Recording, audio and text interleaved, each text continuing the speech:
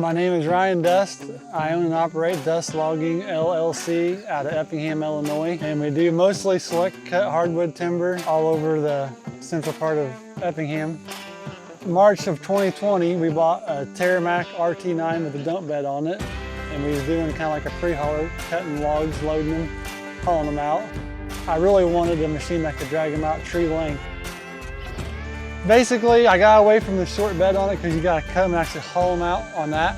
With this, you can just drag them out in one piece because otherwise my knees would be fried jumping in and out of this thing 100 times. And I looked at other track machines, but they were all wider. The RT9 is 8.6 wide, and you don't have to permit this machine to haul it. You can just load it right up and go down the road. That's one good thing I like about it. And it's real narrow for driving through select cut areas.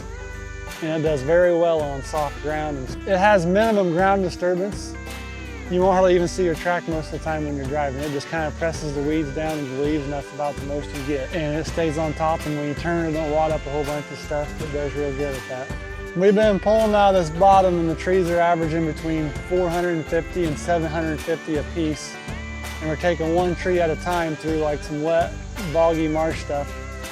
And it's soft enough you can't even take a four-wheeler through it, and this thing just floats right across the top and pulls them out no problem.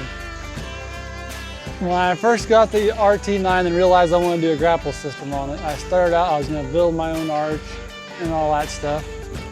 And then I realized it'd be easier just to take an old skidder that wasn't running and take the back half of it and mount it on here. And that idea worked out a lot better because it saved a lot of time. This application I've got is just bolted on here. I could take all the bolts out into my hydraulic hoses and make it a dump truck again in probably half a day or a day's time.